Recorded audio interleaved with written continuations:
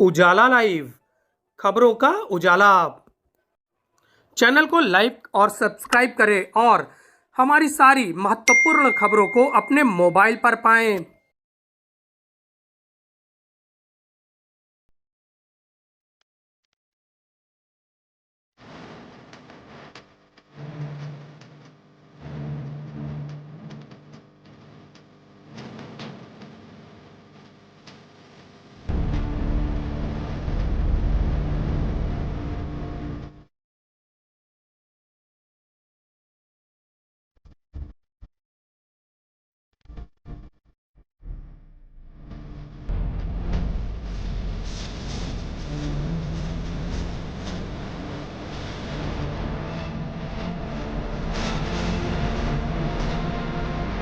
Sunday special में हम बात करेंगे ग्रामोफोन की। कहते हैं संगीत से सब कुछ संभव है। जी हाँ, सब कुछ।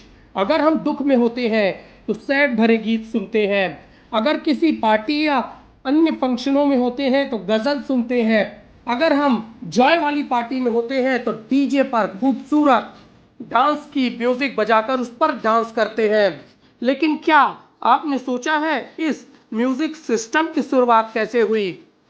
इस म्यूजिक सिस्टम की शुरुआत सैकड़ों साल पहले ग्रामोफोन के जरिए हुई थी। ग्रामोफोन ऐसा जो बिना लाइट के चले, अपने हाथों से घुमाकर उसे चार्ज किया जाता है और उसके बाद ग्रामोफोन पर खूबसूरत सी आवाज गूंजती थी और इस आवाज को सुनकर दूर से भी लोग खींचे चले आते थे और साथ में बैठकर ग्रामोफोन की आवाज को यानी गानों को सुनते थे और अपने आप को गौरवान्वित महसूस करते थे। परिवारों को, समाज को जोड़ने के लिए ग्रामोफोन एक अच्छा माध्यम था। आज की भाग दौड़ की जिंदगी में डीजे साउंड है, इसके साथ ही अन्य तरह के ग्रामोफोनिक साउंड भी आ गए हैं। लेकिन इससे पहले जो ग्रामोफोन चलता था उसकी आवाज निराली होती थी और उसे सुनकर लोग खींचे चले आते थे। संगमनगरी प्रयागराज के श्रीवास्तव परिवार ने 100 साल पुराने इस ग्रामोफोन को सुरक्षित रखा है और आज भी उसे बजाकर उस पुरानी यादों में खो जाते हैं।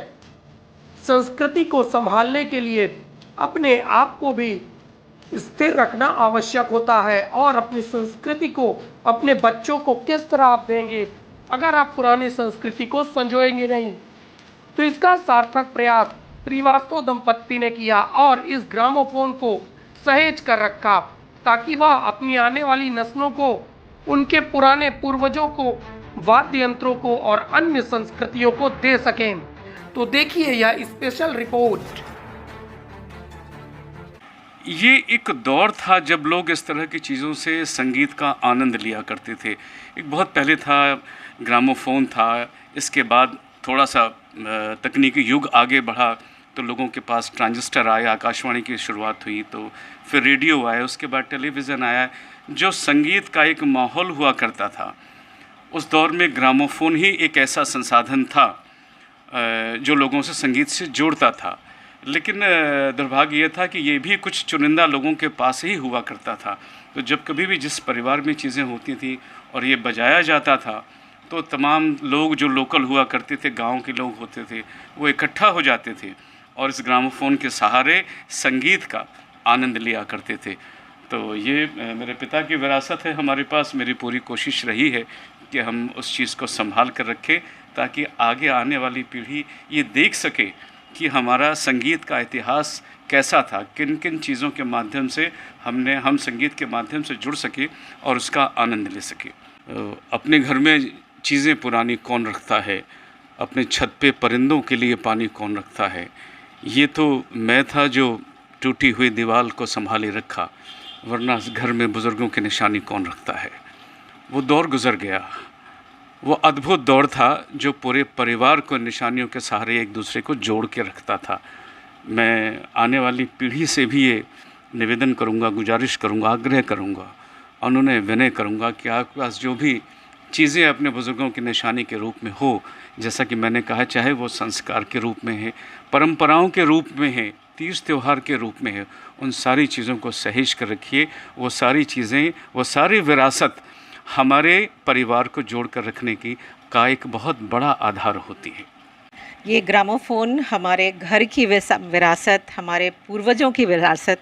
मैं जब शादी होके आई तो मुझे ये देख के बड़ा अचंभा सा लगा, क्योंकि मैंने कभी अपनी ज़िंदगी में पहले नहीं देखा था शादी से पहले। तो मेरे हस्बैंड ने बताया कि ये पिताजी का बड़ा पुराना शौक़ है, जिसको वो अपने फ्री टाइम में बैठ के सुना करते थे। और फिर धीरे धीरे हम लोगों को भी उससे जुड़ाव होने लगा। उसमें पुराने गाने, ऐसे गाने जो कभी हमने सुने नहीं या बहुत पुराने फ़िल्मों में सुने, उसके रिकॉर्ड बजते थे। घर का माहौल बड़ा अच्छा हो जाता था। और आज भी उस चीज़ को हम उन्हीं की यादों को बटोरते हुए सँजो के रखे हैं।